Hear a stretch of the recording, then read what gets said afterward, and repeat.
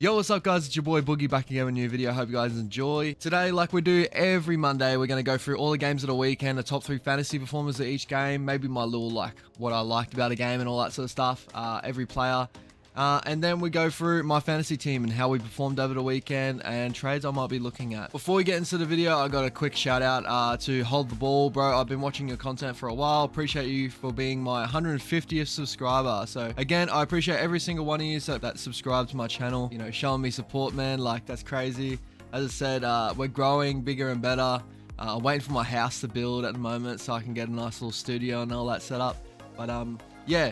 If you guys like all sort of footy content, New Zealand Warriors fan, he's a big New Zealand Warriors fan. I hope to collaborate with him soon. We've been talking, and he does a lot of stuff for the Pacific game. Yeah, he's an amazing content creator. Definitely go check him out. Support the community, guys. Go support the boys anyway. So yeah, without further ado, let's get straight into the video.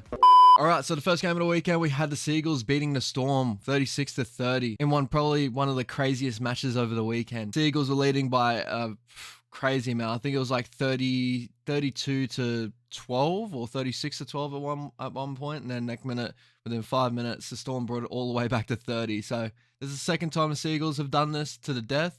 But they get the chockies this time, so it is what it is. Top 3 fantasy performers, we had DCE with 68, Olakawatu with 61, and Kula with 58. Next game, and a real disappointing showing from the Titans, we had the Knights beating the Titans 38-12. Top 3 fantasy performers, we had Edric Lee with 89, biggest score for him I've seen in a bit. Dominic Young with 74, and AJ Brimson 66. And last little thing on this game, bro, Milford probably played one of his better games. Like, he's played 2 really nice games in a row now, so keep an eye on him.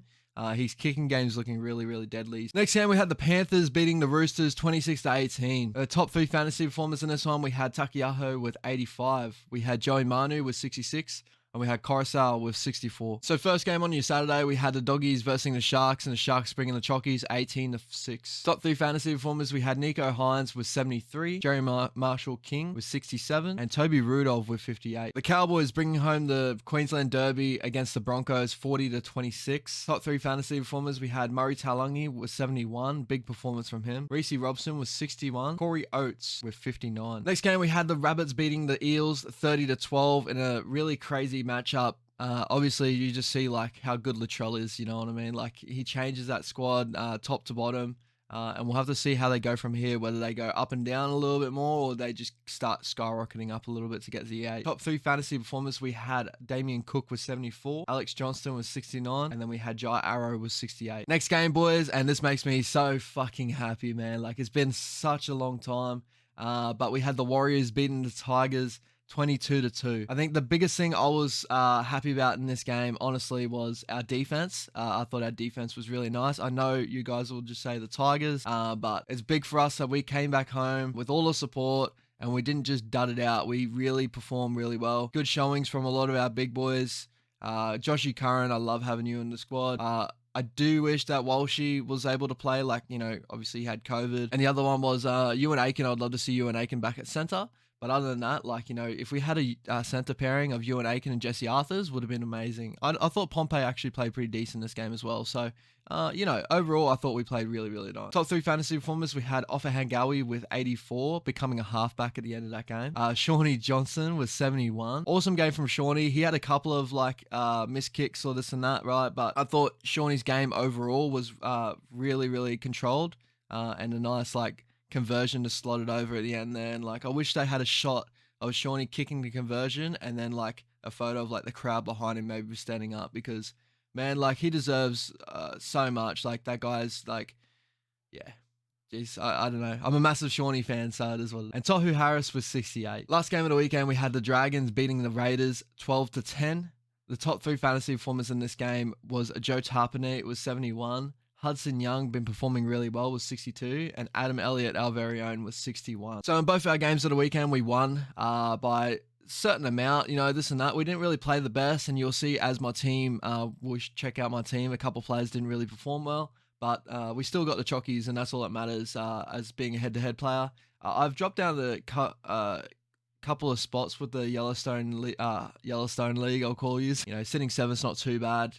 In the game league, sitting 3rd is pretty good as well. So Maybe with Yellowstones, I can make a late push later on. I don't really want to push hard for 17 because there's not many other players I can really think that I can put in round 17. Like maybe some Melbourne players, but we'll see. Like looking at Papenhausen and all that sort of stuff. So this is how the boys look. We had Teddy with 48. Really okay game from him.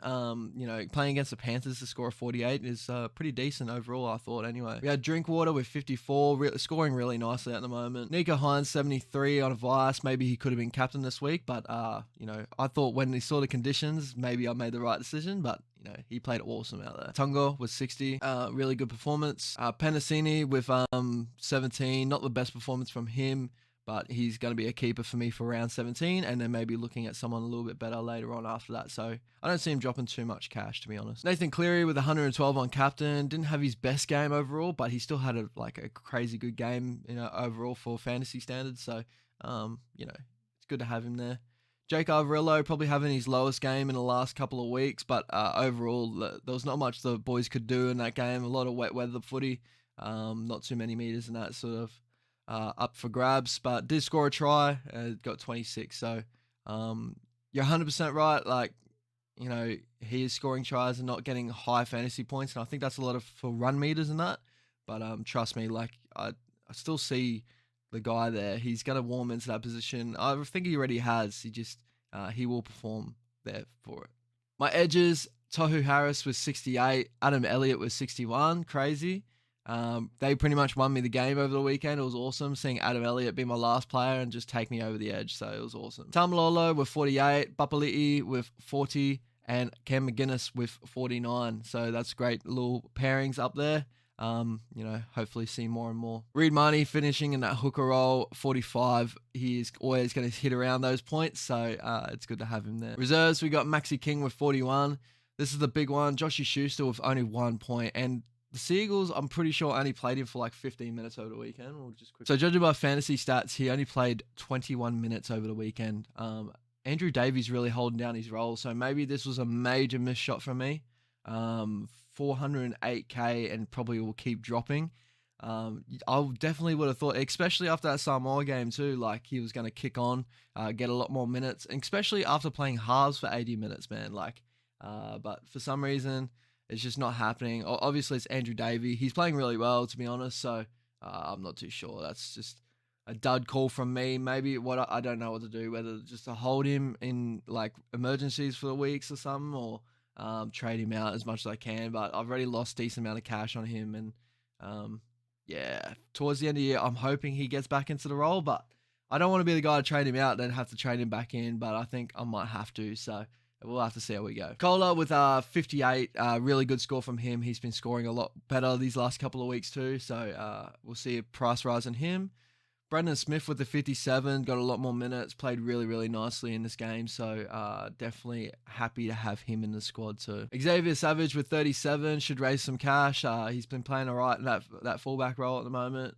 Karaz, 25, not the best game from him, but again, like that was such a wet weather footy game, like, you know, I didn't expect too many big scores out of it, other than Nico Hines, which surprised me.